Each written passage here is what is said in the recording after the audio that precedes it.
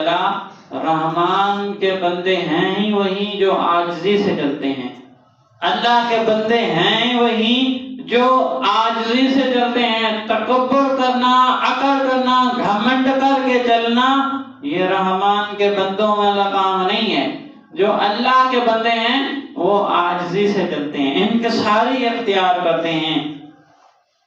انسان جب تکبر کرتا ہے تو یہ شیطان کے کاموں میں سے آ جاتا ہے۔ یعنی جس طرح شیطان نے تکبر کیا تھا، حالانکہ بڑا عبادت گزار تھا، جب تکبر کیا تو ساری عبادت بھی جاتی رہی، جنت میں بیٹھا تھا جنت بھی جاتی رہی، اللہ کا قرب تھا اللہ کا قرب بھی جاتا رہا، عزت ہی عزت بھی جاتی رہی، مقام تھا مقام بھی جاتا رہا، مرتبہ تھا وہ بھی جاتا رہا۔ اللہ نے فرمایا فاخرج منہا فإنک رجیم، اللہ نے جنت سے نکال دیا، فرمایا نکل جائے یہاں سے، بے شک تو مردود ہے۔ یہ سارا کا سارا اس کا اعمال برباد ہوا تکبر کی وجہ سے، گھمنڈ کی وجہ سے۔ رب کی بارگاہ میں بیٹھ کر حضرت آدم علیہ السلام کی طرف اشارہ کر کے کہتا ہے انا خیر منہ، میں اس سے بہتر ہوں، خود کو بہتر سمجھنے لگا۔ خلقتنی من ناری وخلقتہ من طین، مجھے آگ سے بنایا ہے اسے مٹی سے بنایا ہے، میں اس سے افضل ہوں، اس سے میں افضل ہوں، جبکہ دونوں کو رب نے بنایا ہے، دونوں کو اللہ نے بنایا۔ حضرت آدم علیہ السلام کو، شیطان کو، دونوں کو اللہ نے بنایا، اور اللہ بہترین جانتا ہے دونوں میں سے افضل کون ہے۔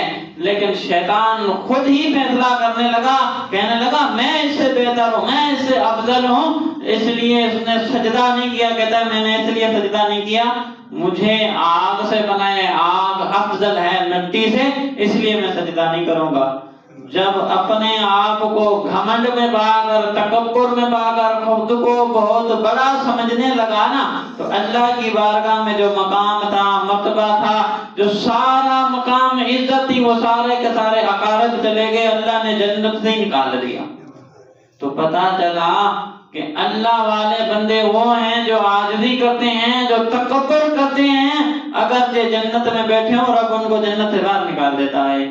تو وہ اس نے اتنی عبادت کی، مفسرین کرام نے لکھا ہے کہ شیطان کی عبادت کو زمین کے اوپر اچھال دیا جائے، سجدوں کو پھیلا لیا جائے، زمین کم پڑ جائے گی، ایک چپا جسے 4 انگلی کہتے ہیں، جگہ نہیں بچے گی جہاں شیطان کے سجدے نہیں آئیں گے۔ اس نے سجدے اللہ کو کیے تھے، اس کو اس وقت روکنے والا بھی کوئی نہیں تھا۔ جب انسان سجدہ کرتا ہے، آپ نماز پڑھتا ہے، رکوع کرتا ہے، سجدہ کرتا ہے، تو اسے شیطان روکنے والا بھی ہوتا ہے۔ بالکل توجہ کے ساتھ بھی بعض اوقات نہیں سجدہ کرتا، خیال اور طرف ہوتا ہے، جھکنا اس کا اور طرف ہوتا ہے، اس کو روکنے والا شیطان موجود ہے۔ اس وقت تو اس کو کوئی روکنے والا بھی نہیں تھا جب اس نے اتنے سجدے اللہ کی بارگاہ میں کیے۔ تو جب اس کو اپنے نفس نے گمراہ کر دیا، علماء کرام فرماتے ہیں ہمارے 2 دشمن ہیں، ایک شیطان، دوسرا نفس۔ یہ جو ہمارے اندر آنا ہے نا، جس کو ہم میں کہتے ہیں، میں بڑا ہوں، میں سب کچھ ہوں، میں یہ ہوں، میں فلاں ہوں، میرے بغیر تو یہ ہو نہیں سکتا، میرے بغیر تو یہ ہونا ہی نہیں تھا، میں نہ ہوتا تو یہ ہوتا ہی نہیں۔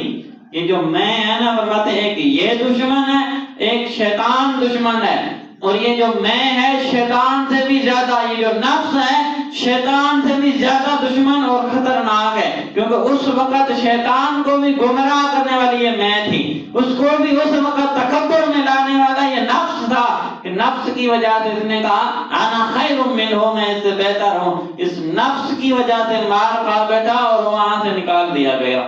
تو یہ جو نفس ہے نا، ہمارا جو میں ہے، میرے اندر جو میں ہے، یہ انسان کو مار دیتی ہے۔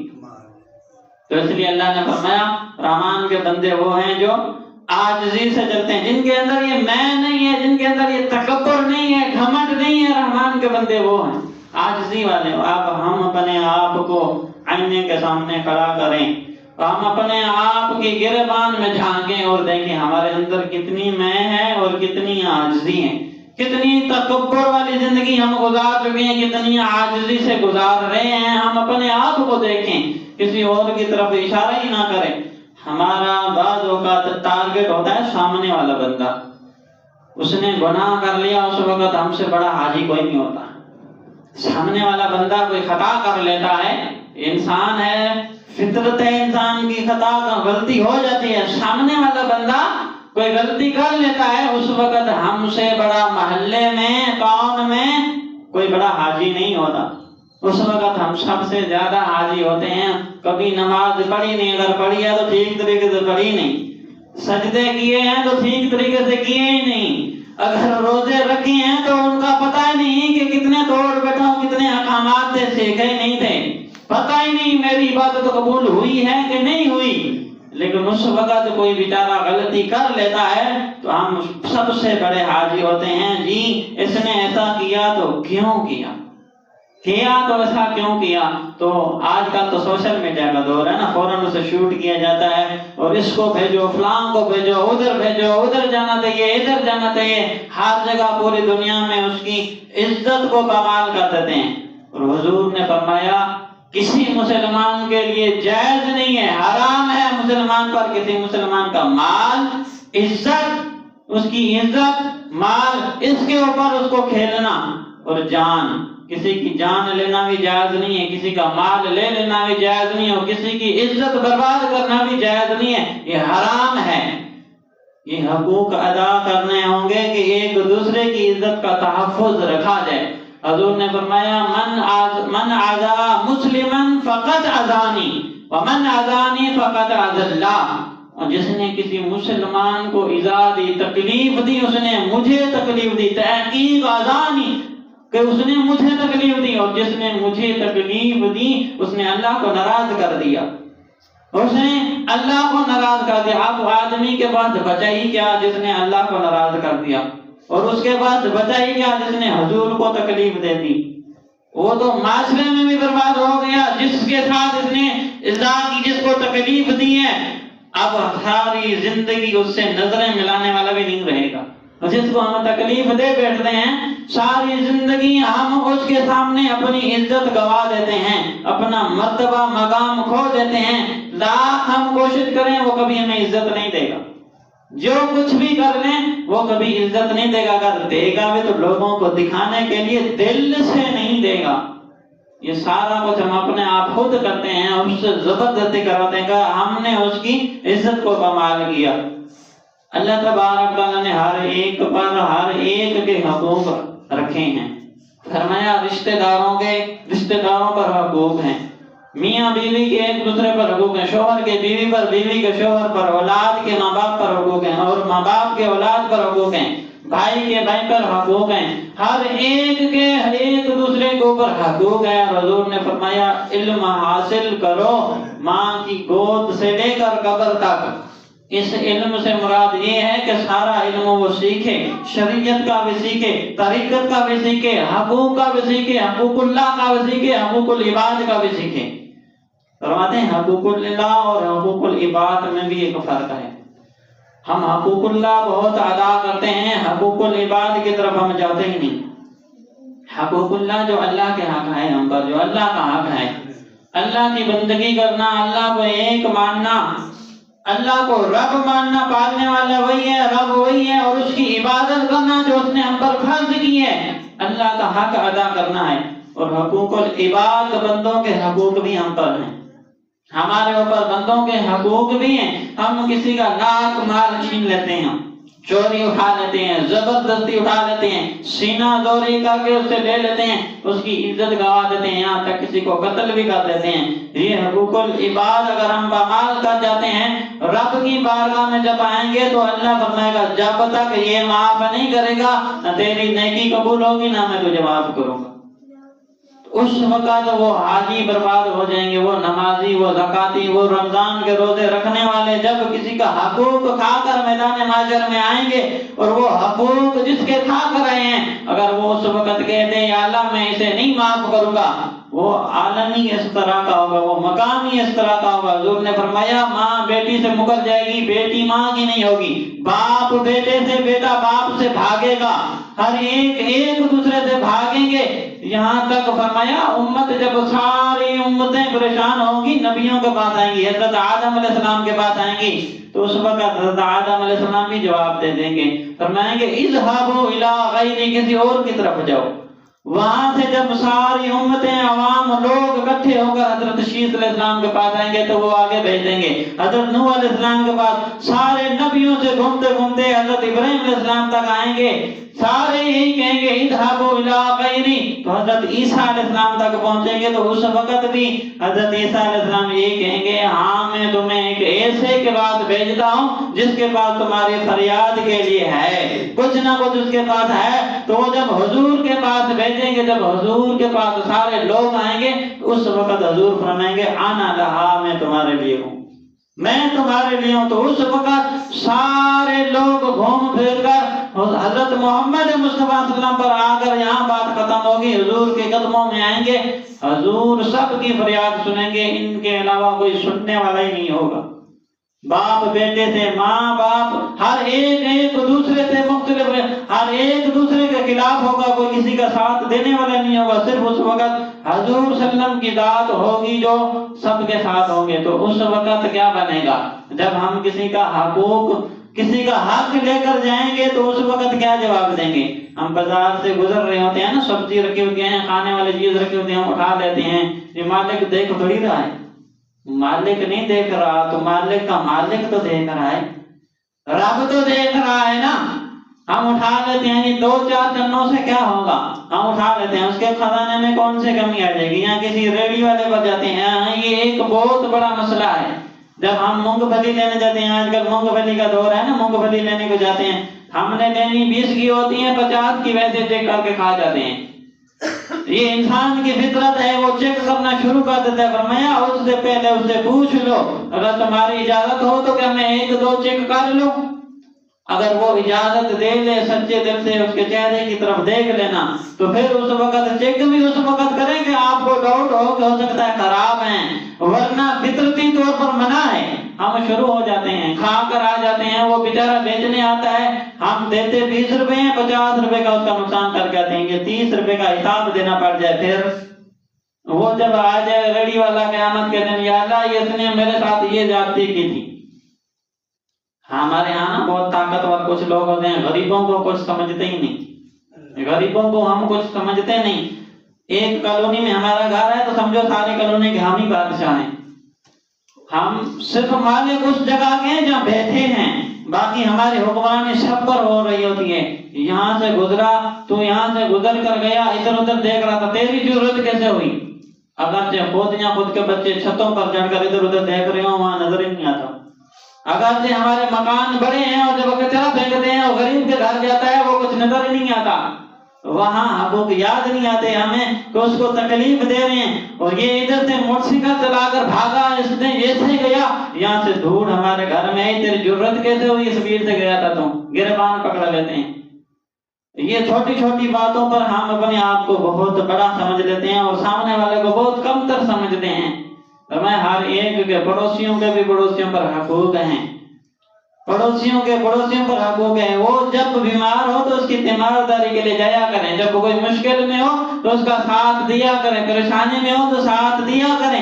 یہ نہ سوچا کریں کہ ہاں میرا ابا مرا تھا, ان کے گھر سے تو کوئی آیا ہی نہیں تھا, میں کیوں جاؤں ان کے یہاں, ان کے گھر سے تو کوئی آیا ہی نہیں تھا. ہم ادلا بدلی میں جنازے پڑھتے ہیں, ادلا بدلی میں قربانیوں کے راتوں پر کندھے دیتے ہیں جنازوں پر, تو ادلا بدلی میں جاتے ہیں.